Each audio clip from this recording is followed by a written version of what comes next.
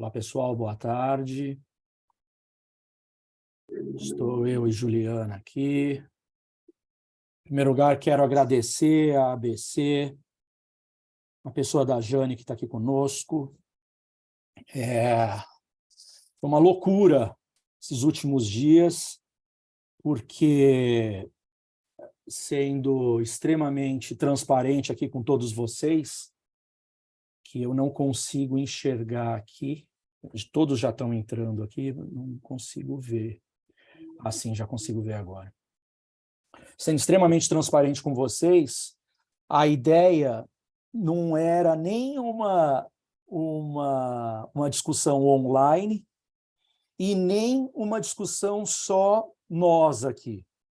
A ideia que nós estávamos planejando e, de repente, ainda vai ser possível num segundo momento, era fazer um seminário presencial com a presença do IBAMA, com a presença de outras pessoas que nós entendíamos que eram interessante aqui, algumas pessoas de empresa, que nós entendíamos que seria interessante para abrir um debate sobre as questões de acesso e repartição de benefícios, principalmente após tudo que aconteceu da COP15 para cá, mas nós não tivemos tempo. Fomos atropelados aqui não pelas diligências, porque nós já sabíamos que elas estavam acontecendo, mas pela velocidade que elas tomaram. Então, nós decidimos fazer já, porque, de repente, hoje, amanhã ou depois, alguma indústria, algum usuário já pode estar exatamente nesse momento aqui de receber a presença do fiscal do IBAMA. E eu acho que essa conversa entre nós hoje aqui vai ser bacana no seguinte sentido: temos todas as respostas prontas? Não, não temos. Mesmo porque as diligências são seres humanos. Nós sabemos como que é a dinâmica da diligência, mas eles podem alterar, tanto é que estão alterando já a dinâmica, e isso a gente vai discutir um pouco. Fazer um bate-bola aqui com a minha sócia Juliana, que está presente. A ideia é que os senhores coloquem.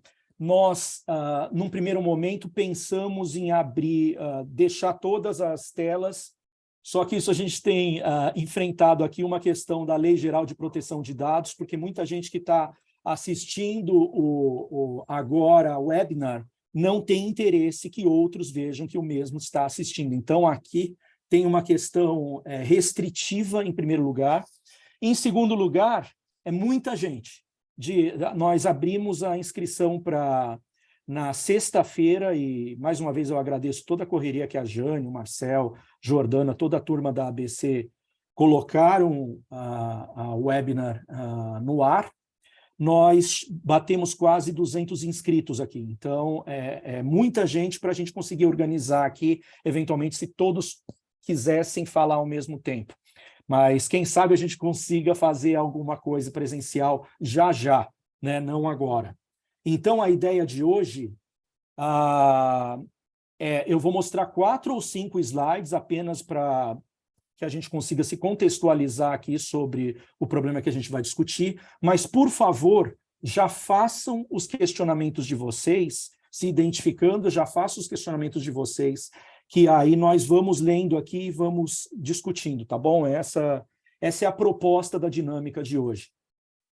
Esse é um slide inicial que nós sempre começamos dizendo o seguinte: olha, aqui a minha opinião, a opinião da Juliana, não tem vínculo relacional nem com os clientes que a gente atende, nem com as associações que nós participamos. Isso aqui é uma discussão aberta, mais acadêmica, para que a gente tenha possibilidade, ou seja, nada do que eu disser aqui, nem do que a Juliana disser, vincula a ABC, principalmente a ABC, que está abrindo as portas aqui para que a gente faça esse tipo de discussão. Então, é só um slide que a gente chama disclaimer, em relação ao contexto do que a gente está discutindo hoje. Bem, rapidamente, muitos dos senhores aqui, nós certamente conhecem o tema, conhecem e a legislação, mas muitos dos senhores podem estar chegando agora. Então, o que a gente não vai fazer aqui uma apresentação sobre a lei, sobre o que diz a lei, sobre todos os detalhes da lei, mas a gente vai contextualizar como que nós chegamos aqui nessas diligências de hoje. Então, esse slide lembra o seguinte: a lei que está em vigor hoje no Brasil é a 13.123, mas lá em 2000, 2001, já nasceu a primeira legislação de acesso e repartição de benefícios no Brasil, que foi essa medida provisória 2186. Então, essa medida provisória, ela manteve-se em vigor de 2000 a 2015, e não é que ela morreu definitivamente. Por quê? Porque da passagem dessa medida provisória para a nova lei, alguns usuários ficaram com a obrigação de fazer uma espécie de termo de ajustamento de conduta com o governo, que é chamado de termo de compromisso. Então, esse termo de compromisso, ele serviu para que os usuários que não estavam regularizados, ou seja, fizeram uso de biodiversidade brasileira, fizeram acesso e não fizeram repartição de benefícios nesse período, estou falando de uma forma muito genérica hoje, tá, gente, para ganharmos tempo, eles tivessem ainda a chance quando essa nova legislação entrou em vigor. Então, aqui já é a primeira observação que nós fazemos, que as obrigações envolvendo o ABS no Brasil, elas não iniciaram em 2015, elas iniciaram no ano 2000, e isso tem consequências aqui, principalmente para essas diligências que estão sendo feitas agora pelo IBAMA. Depois de 2015, nós fizemos aqui uma linha do tempo de 2015 a 2023. Então, em 2015, entrou em vigor essa nova lei, em 2016, um decreto que regulamentou a lei. Em 2017 foi um ano bem importante. Por quê? Porque aqui, em 2017, iniciou em regra geral, eu coloquei prazo final aqui em 2018, regra geral de 2017 a 2018, as empresas tinham esse período para se regularizar e fazer aquele termo de compromisso que eu disse. Muitos dos senhores estão cansados de saber, e para alguns aqui pode ser novidade. Então, olhando aqui no retrovisor, antes de 2015, já existiam obrigações. As obrigações nasceram em 2000. Perfeito. E uma indústria que abriu as suas portas em 2014, 2013 e já pulou aqui para 2015 para frente, ela deveria fazer o seu termo de compromisso? A rigor, sim. Sempre vou dizer a rigor, porque isso depende muito do caso concreto, depende muito do tipo de acesso que foi, se fez realmente acesso e repartição de benefícios para que ela esteja conectada e obrigada dentro do escopo dessa legislação. Então, aqui, nesse desenvolvimento, de 2017 a 2018, foi esse prazo para regularização. Quando eu coloco o prazo final, entre aspas, é porque ainda hoje, 2023, existem algumas situações, exceção à regra, importante dizer, algumas situações em que ainda é possível fazer um termo de compromisso ou uma regularização desse período, mas são realmente situações de exceção. Ou seja, está tudo... Então, quem não fez aqui a sua regularização, existe a possibilidade de fazer? Não quero afirmar isso, seria leviano dizer isso. Talvez não. Talvez exista aqui a possibilidade de fazer sim, mas com a possibilidade de sofrer uma autuação. Isso aí vai depender muito do caso concreto, que aí vai depender de uma análise mais profunda. 2020 foi aberto definitivamente o Fundo Nacional de Repartição de Benefícios, que foi aberta a conta para receber o valor que era para ser depositado, que está sendo depositado no fundo. Fundo Nacional de Repartição de Benefícios, aqui eu tive hoje numa palestra pela ASPI, com o Leonardo e com a Ana Viana da Natura, e nós discutimos em determinado momento aqui o Fundo Nacional de Repartição de Benefícios, e o que eu disse ali naquele momento é que o valor que está depositado no fundo é frustrante, é uma frustração ver um valor tão pequeno de 4, 5 milhões de reais com o tamanho do que representa o uso e repartição de benefícios no Brasil. Espero que isso, com o novo governo, seja possível corrigir esse número. Em 2020, também, o Ministério do Meio Ambiente baixou a portaria 199, que aí esclareceu em definitivo que as empresas sediadas no exterior que fizeram o acesso e repartição de deveriam cumprir com essa regularização aqui. Elas deverão, melhor dizendo, cumprir a partir do momento que se abrir o prazo para isso. O prazo ainda não está aberto. E, então, isso fica aqui, mais uma vez, se justifica esse prazo final, entre aspas, ou seja, então o prazo para regularização das empresas que estão sediadas no exterior ainda, em tese, não abriu. E aí, finalmente, o Brasil aderiu a Nagoya, mas isso não é um tema que a gente vai discutir aqui hoje. Deixe-me ver aqui o que é, já dando um salto enorme aqui para frente. A ideia era, até extrapolou já, a ideia era falarmos 10, 15 minutos. Existem diversas sanções aqui para cumprimento dessa legislação. Então, aquele usuário que não se cadastrar está sujeito a receber uma autuação. Aquele usuário que depositar, eu falo patentes aqui, mas pode ser qualquer direito de propriedade intelectual, antes de fazer o seu cadastro, também está sujeito à autuação. O usuário, obviamente, que tinha por obrigação de repartir benefícios, lembrando que apenas fabricantes de produtos acabados que estão obrigados a fazer repartição de benefícios,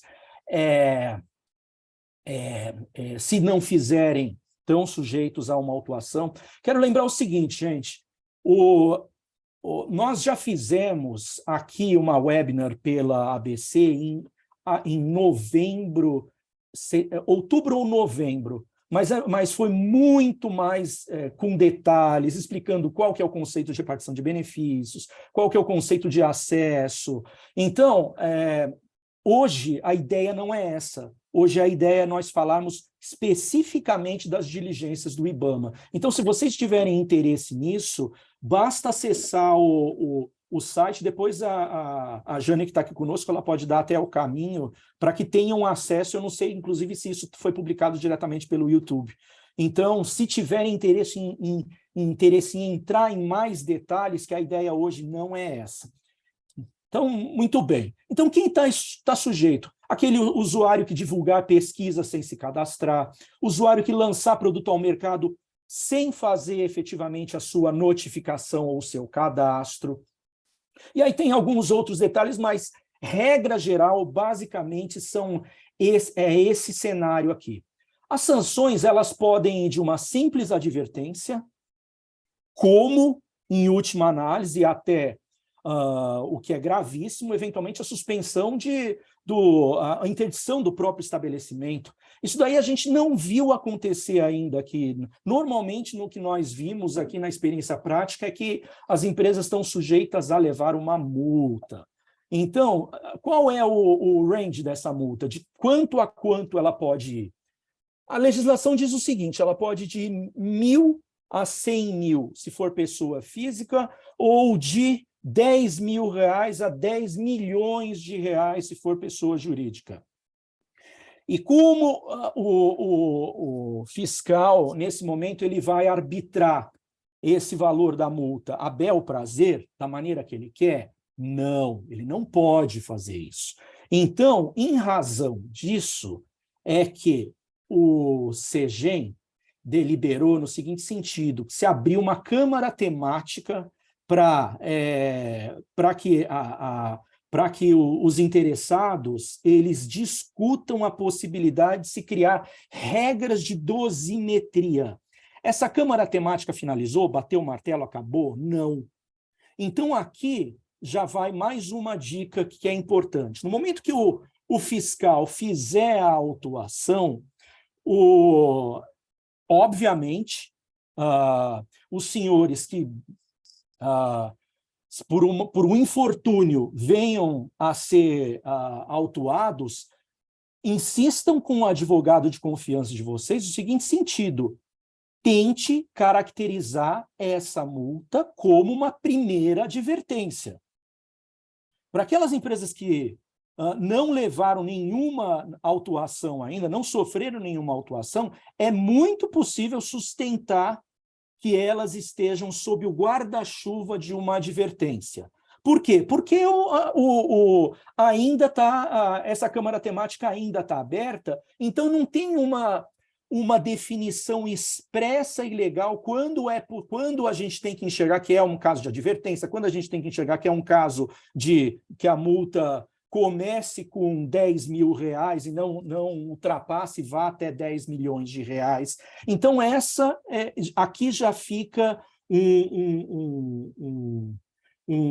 uma dica importante para que isso é possível discutir isso com o fiscal no momento que ele está na diligência? Entendemos que não.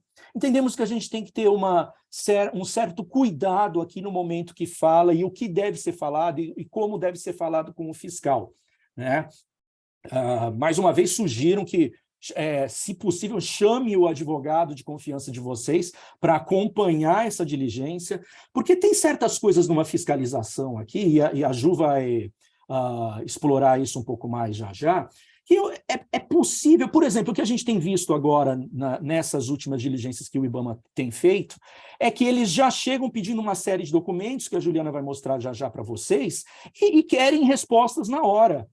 Algumas situações, e isso inclusive nós conseguimos aqui com alguns clientes do escritório, não, senhor fiscal, o senhor volte daqui a 5 dias, que isso é direito do usuário, é direito daquele que está recebendo. Tudo bem, o senhor já fez a diligência que gostaria de fazer, mas eu tenho uma série de documentos aqui que eu posso mostrar para o senhor e devo mostrar para o senhor. Então, isso daqui, em algumas situações, eles falaram, não, tá bom, vamos dar 24 horas. 24 horas não, nós queremos 5 dias. Né? E numa situação como essa, se ele insistir, existem alguns remédios legais possíveis que são, até agora não foi necessário conosco, mas existe totalmente a possibilidade de, sim, né, entrar com um mandado de segurança, se houver necessidade. Por quê? É curioso isso, gente. No momento que o fiscal chega, e é claro que ele não vai mandar um recado anterior, em algumas situações, o que a gente tem sentido aqui, algumas empresas têm recebido apenas uma notificação para que diga o seguinte: olha, favor apresentar o documento A, B, C, D, E, F.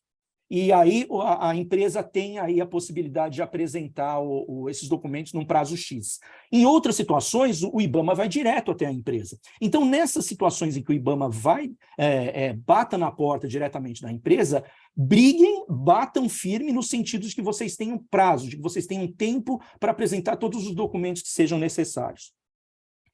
Então, aqui, essa operação, que é chamada Terra Brasilis, começou em março de 2022.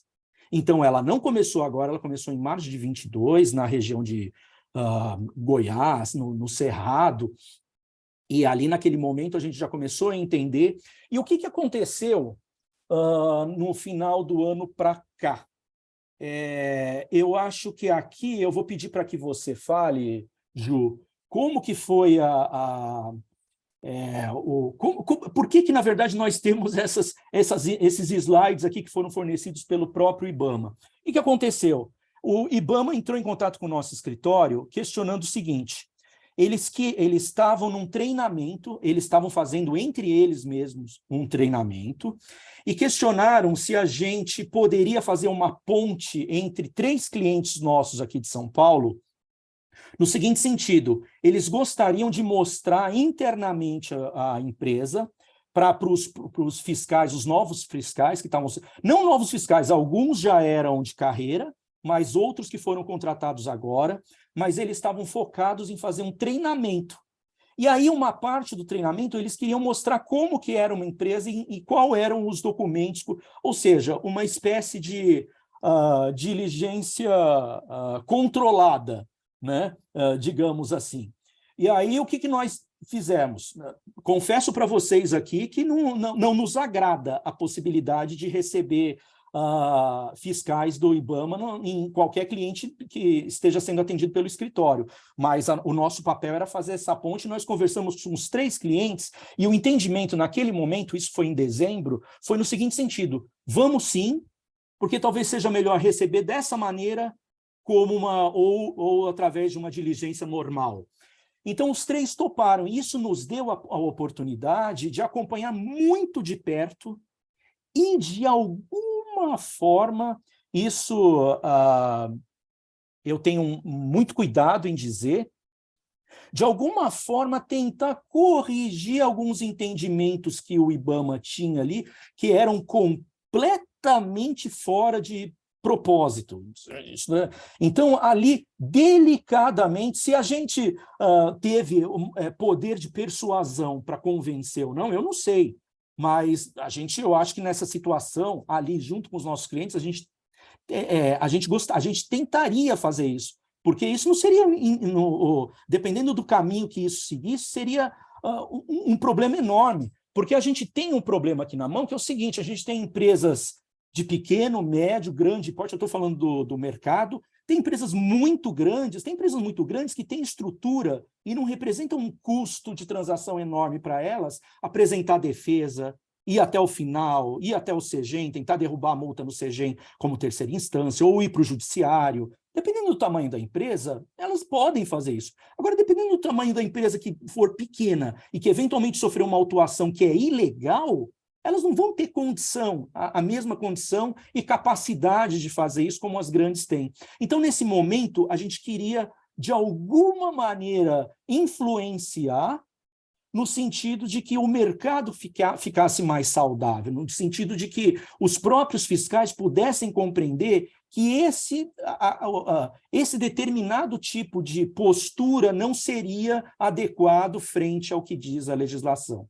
Mas antes disso, e aí eu já vou passar a palavra aqui para a Ju para me ajudar, antes disso, eles mandaram alguns slides aqui para nós e mostraram para os nossos próprios clientes como que eles gostariam de fazer essas diligências. Pode dizer, Ju. Daí, em complemento a isso que você falou, até essa postura que nós temos visto, deles não chegarem autuando os clientes, né, e estarem notificando com prazo para entrega dessa documentação que eles precisam. Então, a gente foi nesses clientes, né, junto com a equipe, com uma equipe grande de fiscais, para que eles pudessem observar de perto o funcionamento das atividades das empresas. Então, eles queriam familiarizar os fiscais, né, com a nomenclatura que as empresas utilizam nos produtos, com as atividades da empresa, com os ambientes de produção, com os ambientes de P&D, com a lista de matérias-primas. Cada empresa tem uma forma de entregar isso. Então, a lista de matérias-primas, tanto aquelas que fazem parte da biodiversidade como as que não fazem, para que os fiscais pudessem identificar o que talvez fosse matéria-prima da biodiversidade brasileira. Pediam para que as empresas apresentassem a atividade que elas realizam. Ô, Ju, só para te ajudar, eu coloquei o slide aqui, tá, das atividades desejáveis aqui que os fiscais solicitar. Então, as atividades que a empresa realiza, para ela explicar se ela era uma fabricante de produto acabado, uma fabricante de produto intermediário, se essa empresa terceirizava alguma parte do processo produtivo. Isso também era bastante importante para eles entender. Eles tinham muito interesse em saber o início do desenvolvimento, porque daí eles conseguiriam saber onde que a empresa ia se enquadrar na regularização, se era no período da medida provisória ou pós-período da medida provisória, para eles poderem identificar quais eram os documentos necessários. E daí, com isso, sim, se identificado que a empresa fez o acesso na vigência da medida provisória, se tinha termo de compromisso, se foi cumprido o termo de compromisso, e aí sim, apresentar os cadastros do CISGEM, e aí, para aquelas empresas que têm repartição de benefício, ou seja, aqueles que são fabricantes de produto acabado, sejam as próprias empresas ou os terceiristas, né, que fazem esse serviço para elas, fazer a apresentação dos registros contábeis, incluindo a repartição de benefícios. E algumas vezes até apresentar como que eles chegavam naquele cálculo de repartição de benefício e os comprovantes de pagamento de repartição de benefício. Então, era essa parte que eles queriam entender. A lista de matérias-primas do que era utilizado, a lista dos produtos fabricados com aquelas matérias-primas. A outra coisa importante que eles pediam, e podem pedir, né? As licenças ambientais, ou a ausência delas, e por que que eles são dispensados de apresentar isso. E o Cadastro Técnico Federal do IBAMA, incluindo um código, né, que veio com a nova legislação, que é o 20.5, pela utilização do patrimônio genético brasileiro. Então, isso é um outro ponto importante aí que eles têm pedido nas fiscalizações. Acho que é isso. E se autuar? O que fazer se autuar? Se não, se no momento em que os fiscais entendem que tem ali alguma infração à legislação, existe isso a gente chama de processo administrativo, tá, gente?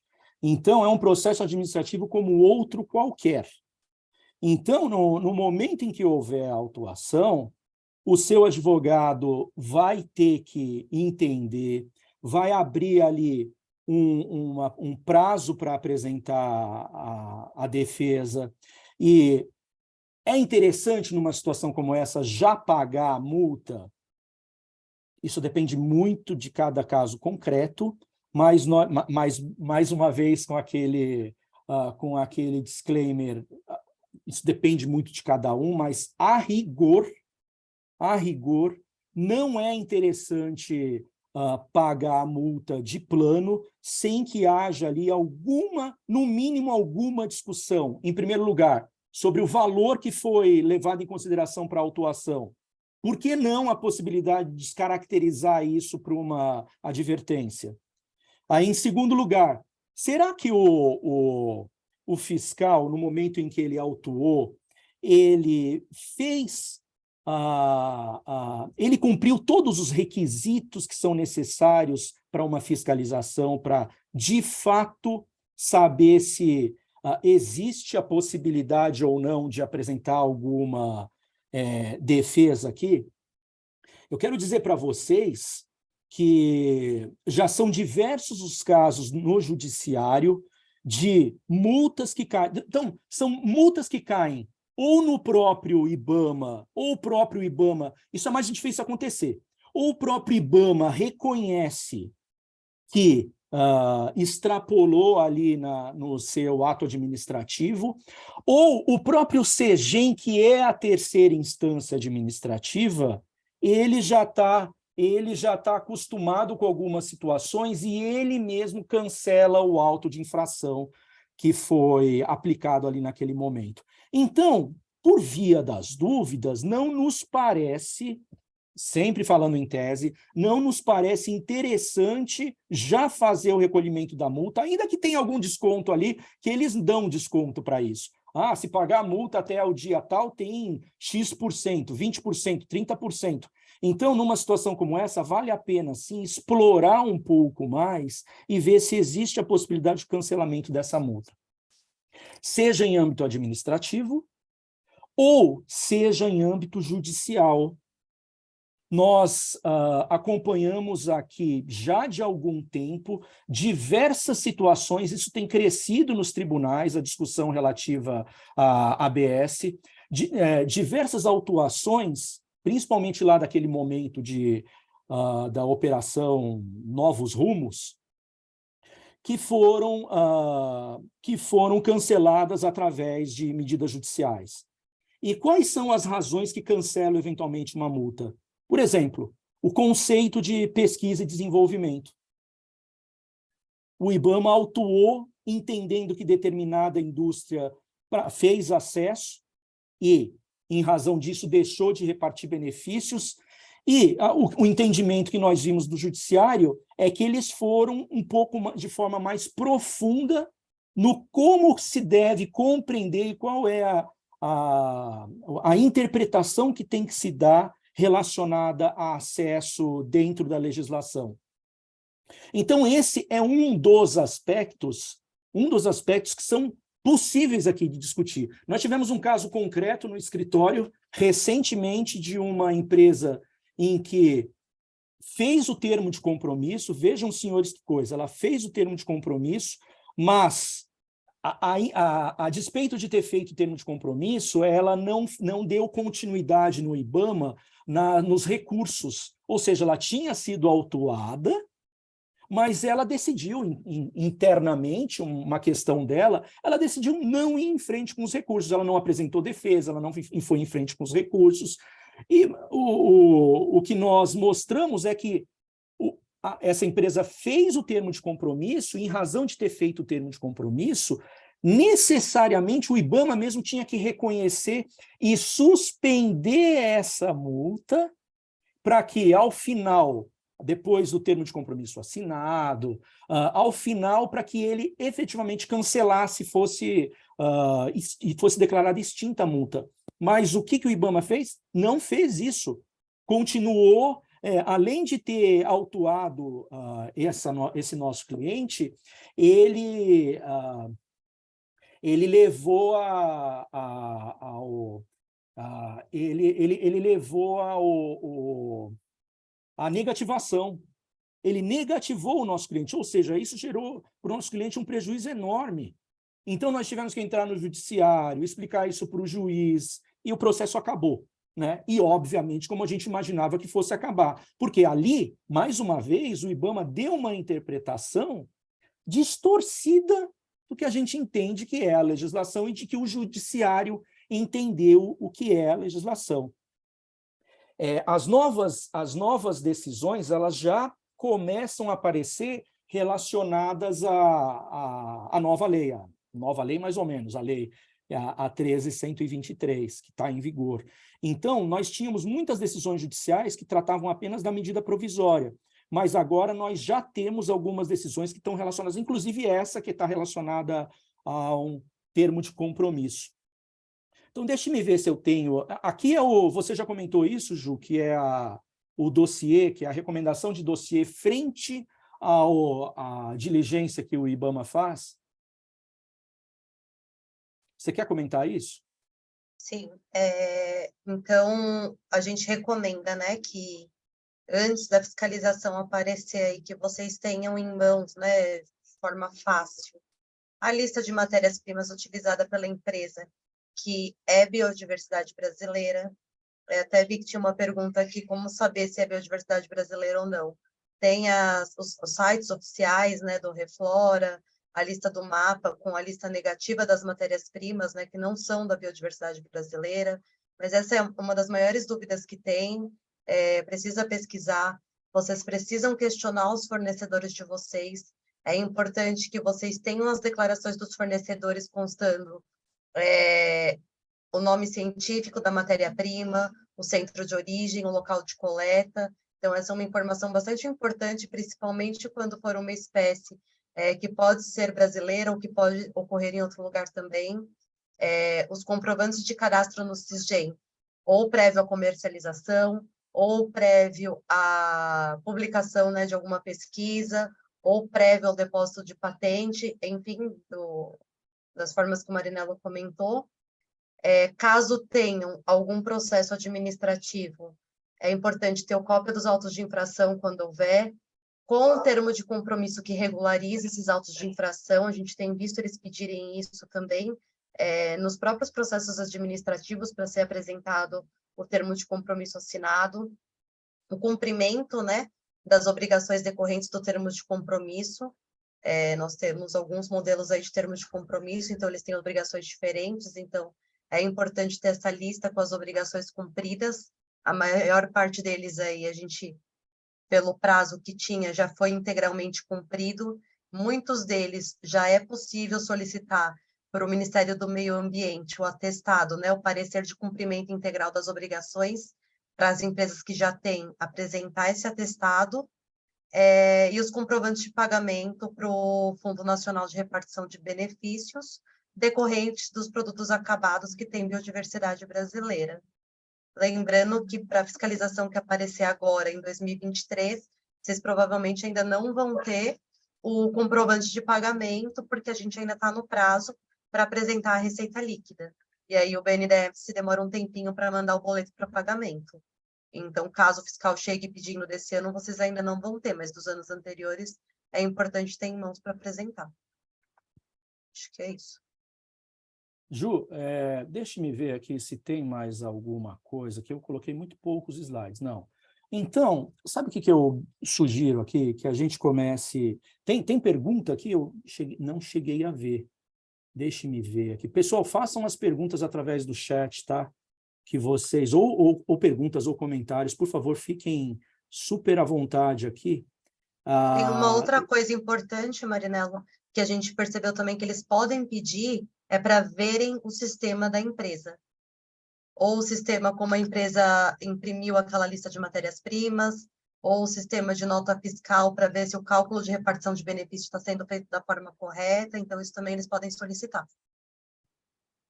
Eu estou vendo aqui que tem gente com a... A gente vai tentar responder as perguntas pelo chat, porque tem muita gente aqui. Vamos lá, deixe-me ver aqui. Ótimo. Para produtos que não estão mais em linha desde 2010. Quem pergunta isso é Letícia Mac Bianco. Quer responder, Ju? Que não consigo mais ter acesso a notas fiscais e ficha técnica dos produtos. Infelizmente, isso está dentro do escopo da legislação, né? Dentro do período de regularização, eles podem pedir. Eles podem pedir que a empresa apresente o termo de compromisso, né? Regularizando aí esse período, de 2000 a 2015. Aqui é uma pergunta interessante que ela faz, porque esses produtos não estão mais em linha, ela está afirmando aqui, né? Não tem nenhuma, a rigor, então, se não tem nenhuma prova de que o IBAMA vai levantar essa informação... Isso é o que eu falo para os clientes, né? Mas aqui, claro, a gente tem que dizer o seguinte, a lei tem que ser cumprida, mas lógico que a gente não pode criar prova contra nós mesmos, né? Exato. Então, numa situação como essa, Letícia, eu acho que vale a pena ter só um certo zelo aqui, um cuidado para saber se o IBAMA não vai ter acesso a esses produtos que foram descontinuados através de uma outra fonte, através de fornecedores, através de sites de comunicação que já aconteceu no passado. Então, aqui é uma situação delicada, mas eu compreendo que se não tiver aqui qualquer tipo de informação, não convém fazer prova contra você mesmo. Isso que você falou, só te complementando, uma outra coisa que a gente percebe que eles fazem muito antes de ir na empresa é verificar o site da empresa. Inclusive, a gente teve uma situação aí essa semana que o cliente tinha um produto que era biodiversidade brasileira e ele falou para mim, eu tenho a intenção de comercializar esse produto. Eu falei, mas você não está comercializando ainda? Ele falou, não. Falei, então você não fez nem o cadastro no Sisgem? Ele falou, não. Eu falei, então tira do site. Porque é um dos caminhos que eles fazem, é o site para buscar o que o cliente, com qual matéria-prima da biodiversidade o cliente trabalha. Então, esse é um outro ponto de atenção. Site, internet, rede social. Maria Inês Graber Neves. Boa tarde. Como ter acesso aos insumos que fazem parte do patrimônio genético? Isso você já respondeu, né, Ju? Na verdade, não existe uma lista positiva, Sim. Viu, Maria Inês? Existe caminhos aqui que a sugestão que a gente sempre dá é faça um estudo etnobotânico, é importante, né, para ter a segurança da utilização daquela determinada matéria-prima. Mas existe o site do Reflora aqui que indica que é um site de respeito, na verdade, que o próprio Sesgem já deixou claro que eles... É a única fonte, a fonte definitiva? Não, mas já é um bom caminho, né? O site do Reflora, que é do Jardim Botânico, e as listas de espécies introduzidas do mapa do Ministério da Agricultura também indicam, são 2 bons caminhos para se chegar a espécies que não fazem parte do patrimônio genético do Brasil. Mas que são atualizadas constantemente. Não adianta você fazer uma pesquisa hoje e não olhar mais, porque eles são atualizados constantemente, né? E mudam as Isso, informações. muito bem observado. O Jardim Botânico, o que a gente sugere aqui, a gente tem sugerido para os clientes, é que quando a gente faz uma pesquisa no Jardim Botânico para chegar a uma determinada conclusão se aquela espécie é ou não da biodiversidade brasileira, a gente pede não só para imprimir o documento, mas também, em alguns casos mais delicados, que se faça uma ata notarial, que se vá até o cartório e mostre para o cartório que tem fé pública de dizer, olha, o cartorário que tem fé pública, como essa espécie aqui, por favor, imprime e declara, por favor, através da sua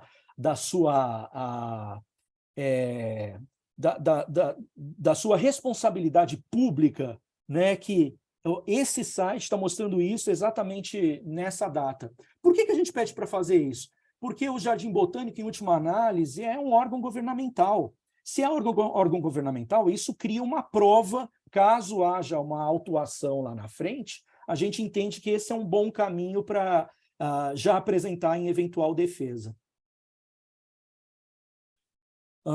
Eloá conhece bastante o tema. Em caso de repartição de benefícios não monetária, eles pedem o ARB ou prestação de contas dos projetos?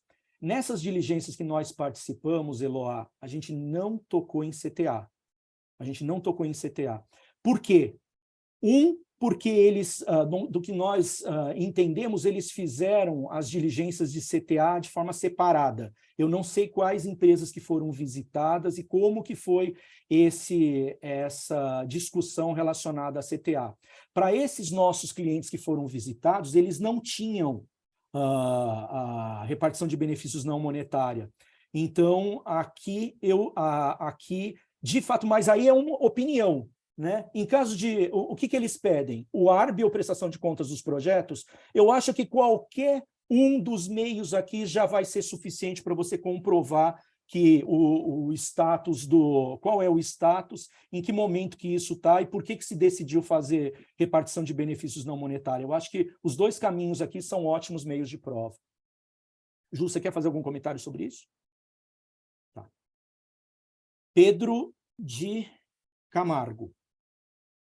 Para os casos de extratos... Espera um pouquinho só.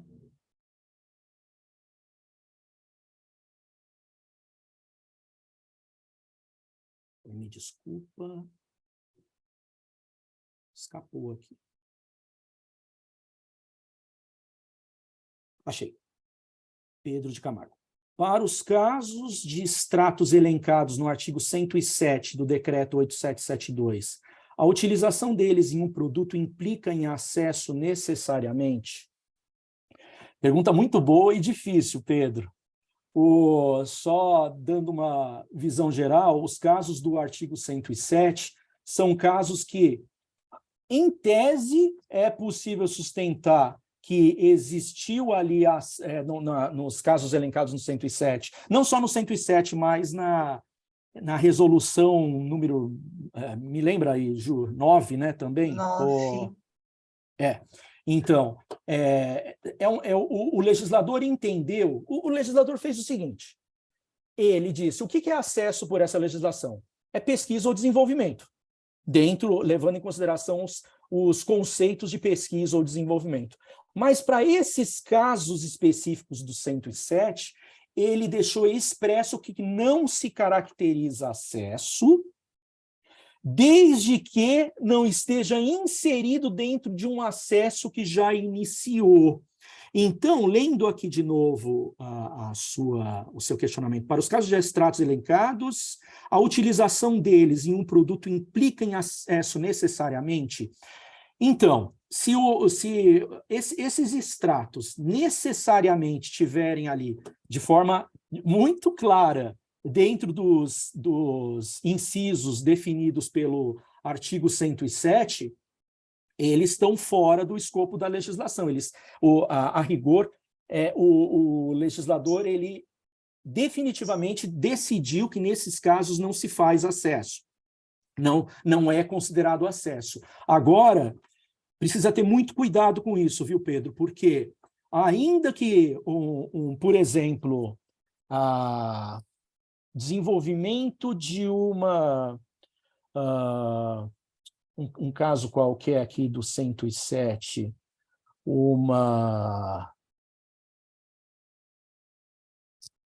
Agora me fugiu, mas qualquer um dos casos do 107, você tem que identificar se eles não estão inseridos dentro de uma pesquisa de desenvolvimento maior.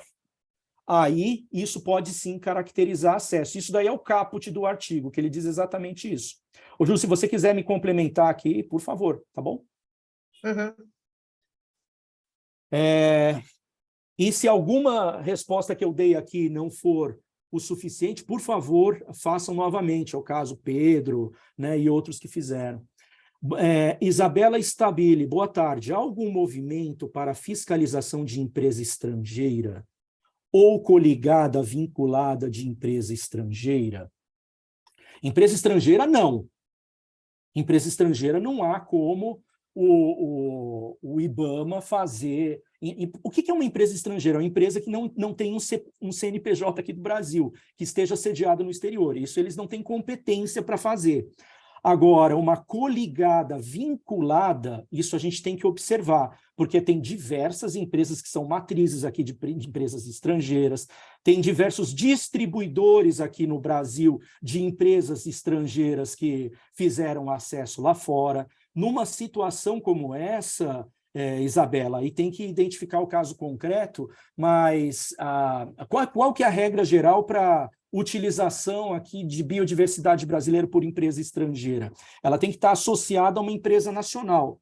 Isso é o que diz a lei. Então, esse é o cenário 1. Cenário 2, para o período relacionado a acesso à regularização, esse prazo ainda não abriu.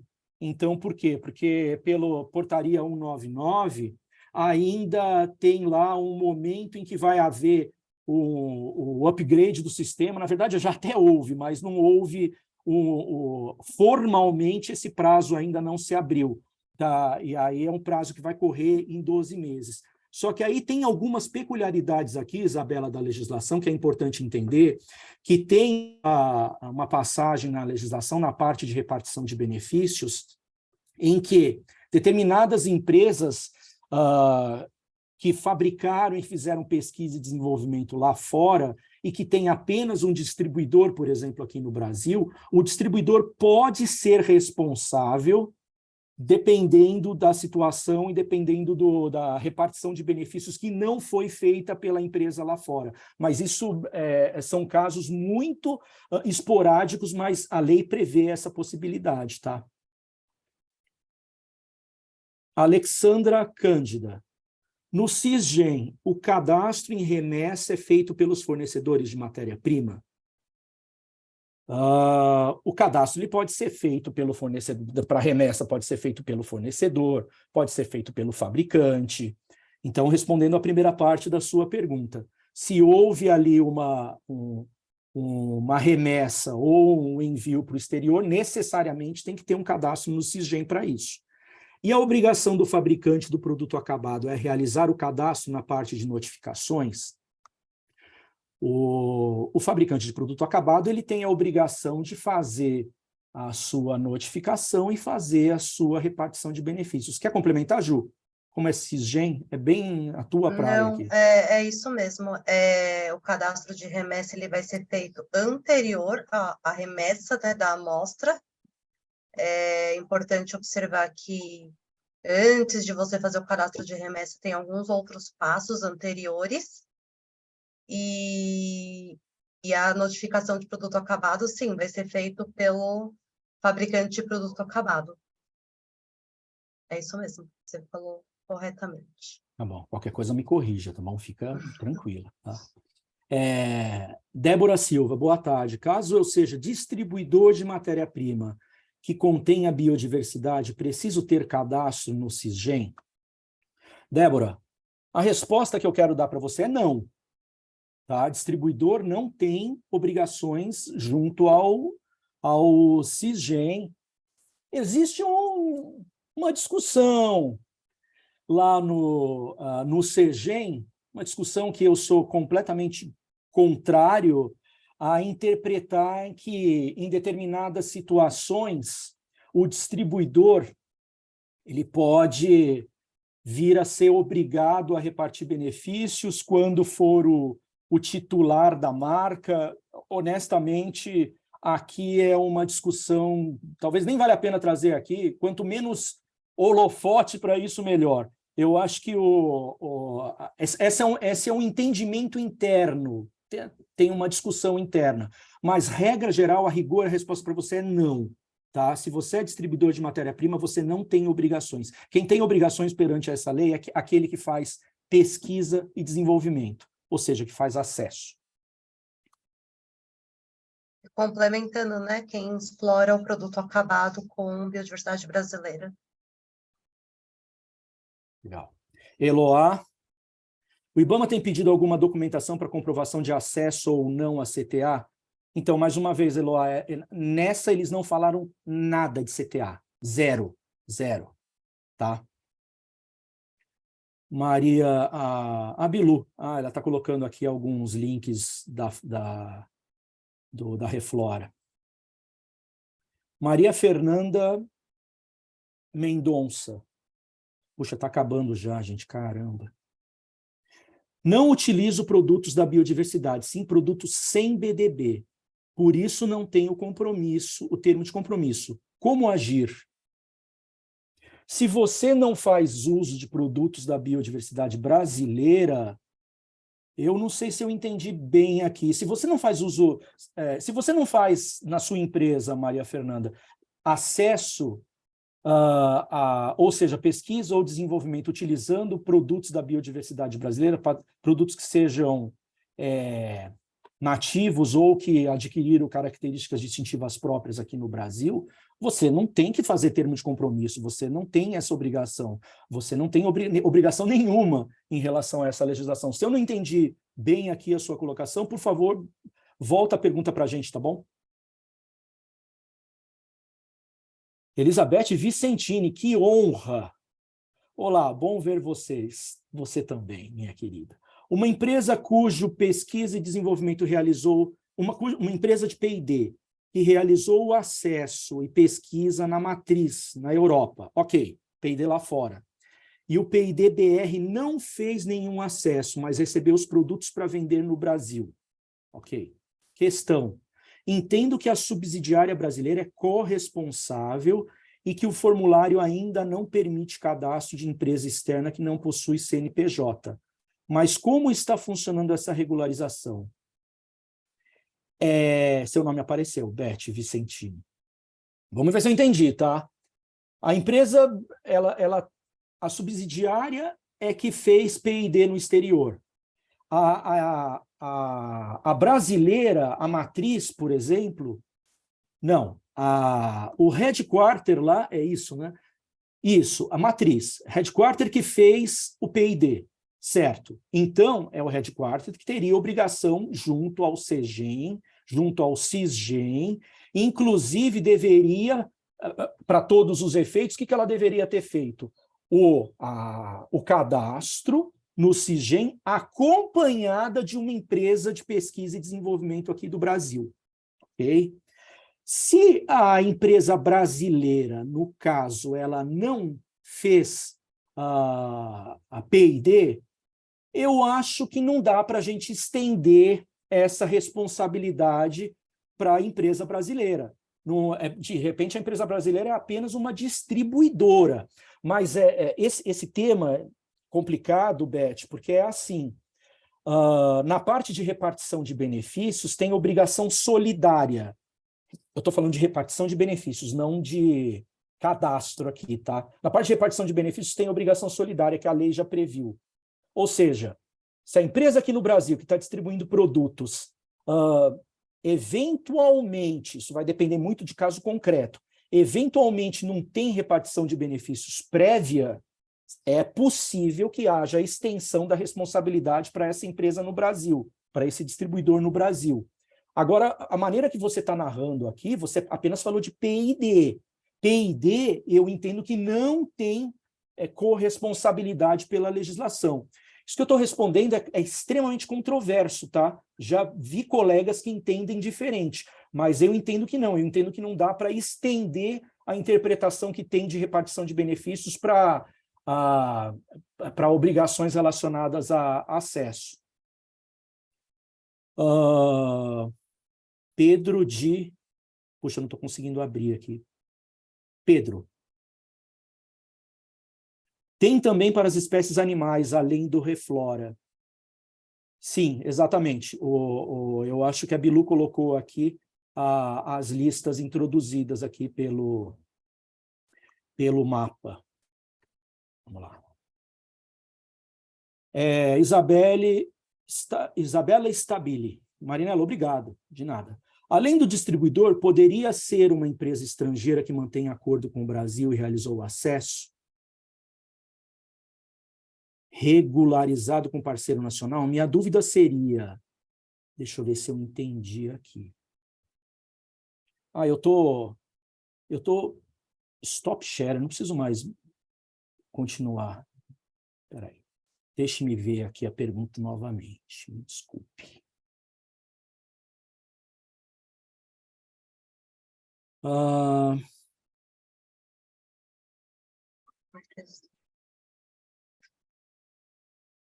Isabela Stabile.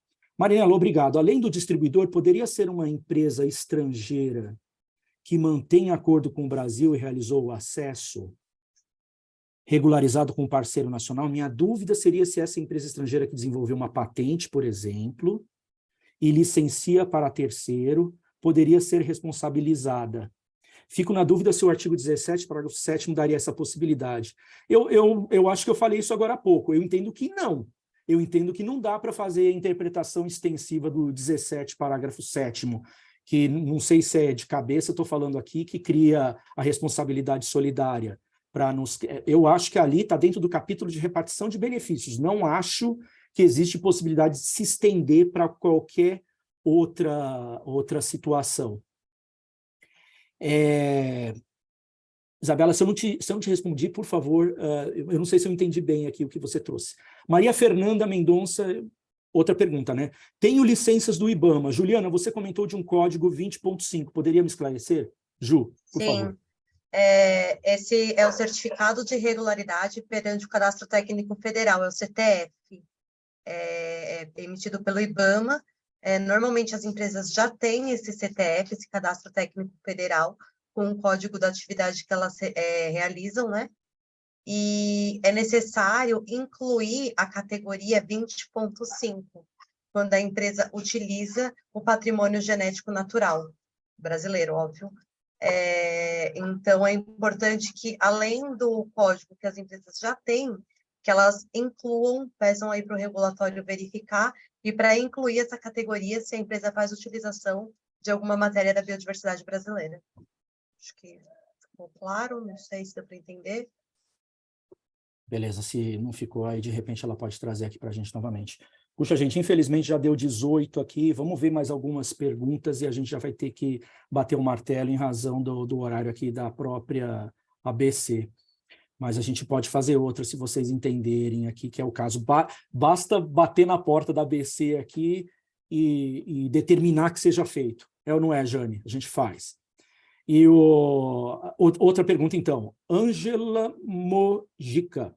Se o produto for da biodiversidade colombiana, o que fazer para vender no Brasil?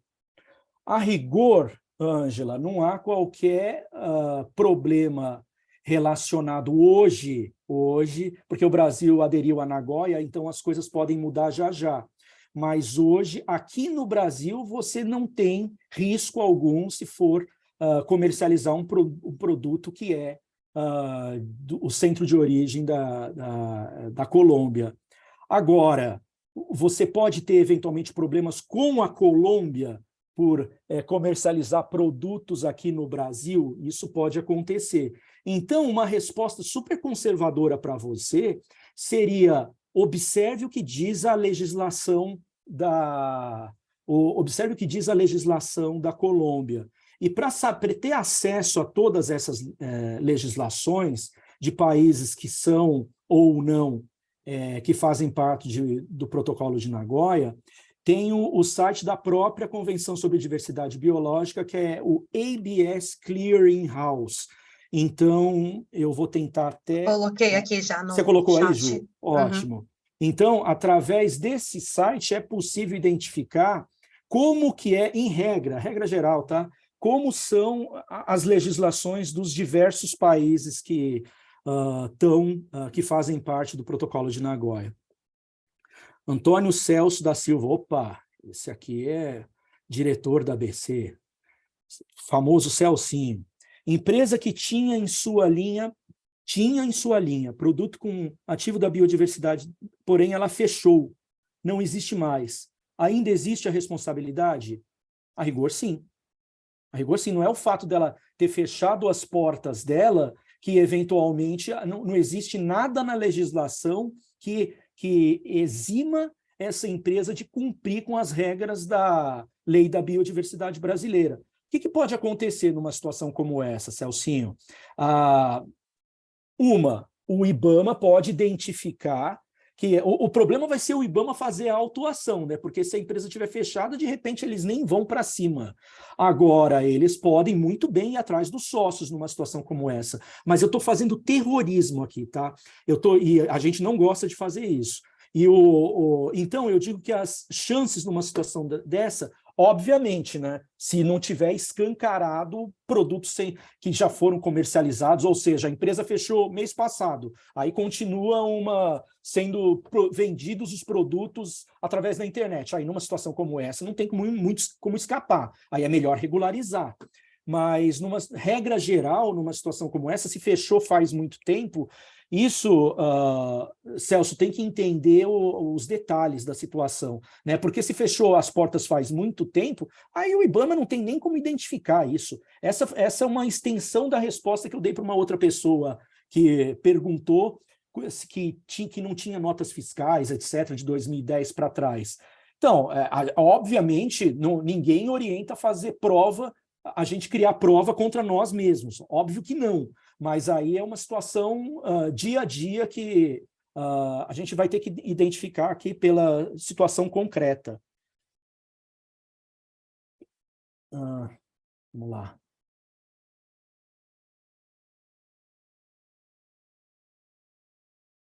Eu vou correr aqui, tá, gente?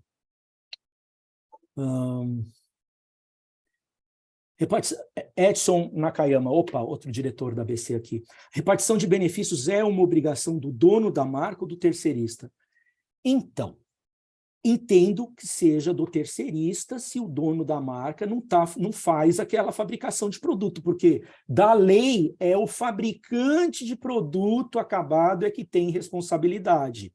Existe um entendimento, uma ala, vamos chamar assim, do CEGEM, que tem entendido de forma contrária, mas aqui eu tenho que entender que isso é o nosso entendimento é que se prevalecer essa situação para, eventualmente, uma empresa vir a ser autuada, eu acho que tem que levar isso para o judiciário. E tem que levar, tem que recorrer, não tem que aceitar uma situação como essa, porque a interpretação é essa. O fabricante de produtos acabados é que reparte benefício. JP Menezes. Produtos do patrimônio genético brasileiro, acesso intermediário, plantada e ou colhida da Amazônia, onde o acesso foi intermediário e não acabado, tem obrigação solidária ou absoluta?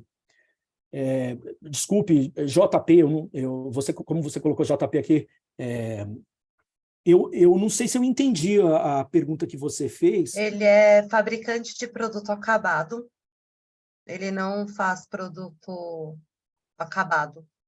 Ele não faz produto acabado? Não, então sim, ele pode ter a obrigação da legislação em fazer o acesso, o cadastro de acesso, mas ele não vai ter provavelmente a obrigação de repartição de benefício, porque ele é só fabricante de produto acabado. Isso é importante ter em mente. Não repartir benefício não significa que você não tem a obrigação do cadastro. Ah, Aí perfeito. a gente precisa verificar a atividade dele, qual que é exatamente, né? JP Menezes, te peço desculpas, a Juliana foi muito mais hábil do que eu aqui em entender o que você quis dizer. Então, ela já respondeu. Vamos lá. Deixe-me ver, eu vou fazer uma geral aqui, tá, gente, para poder tentar dar uma resposta.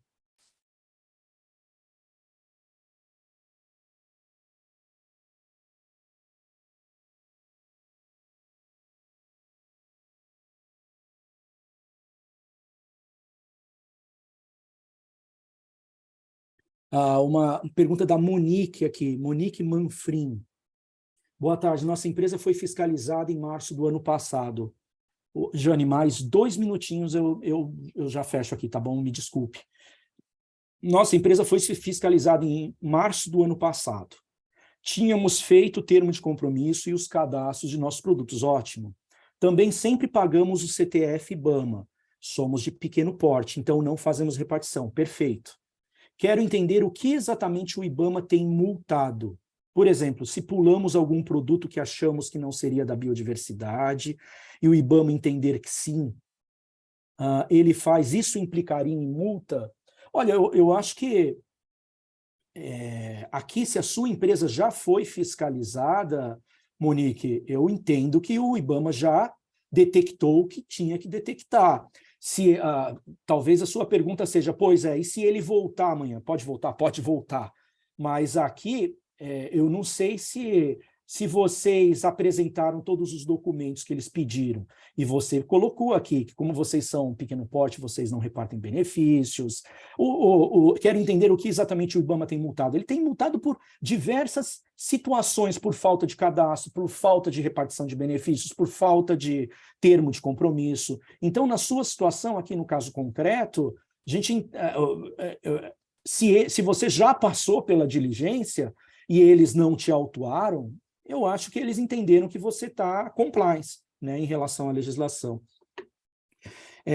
A Beth Vicentini está falando que o link não entrou aqui. Depois a gente te manda diretamente, tá, Beth? É estranho não ter entrado da Reflora. Qual é exatamente? Não, Fala da aqui pra gente. ABS. Já reenviei aqui. Isabela, também fiquei na dúvida em como mitigar essa responsabilidade solidária, talvez contratualmente. Sim, contrato é um ótimo caminho. Muito obrigado, agradecemos. Gente, olha, está batendo aqui, de verdade, está batendo aqui 6h10, então eu acho que a gente, infelizmente, tem que bater o martelo. Peraí, deixa eu me ver se tem mais alguma coisa aqui. Poderia fazer a apresentação que vocês fizeram, deixar a apresentação que vocês fizeram anteriormente pela ABC. Maria Fernanda Mendonça, eu vou pedir para você fazer contato diretamente com a ABC. Aí, se vocês puderem, Jane, alguém, puderem colocar aqui algum link para que seja encaminhada essa apresentação para Maria Fernanda. Monique, aqui nosso processo está andando quando faço a consulta no CEIBAM, então não foi finalizado. Entendi. Mas se vocês não foram autuados, está aí uma boa notícia. Então, olha, tem algumas pessoas aqui pedindo apresentação. Vou pedir para que vocês encaminhem diretamente para o pedido para a ABC, ou pode mandar também para o meu e-mail da Ju, que eu vou colocar aqui.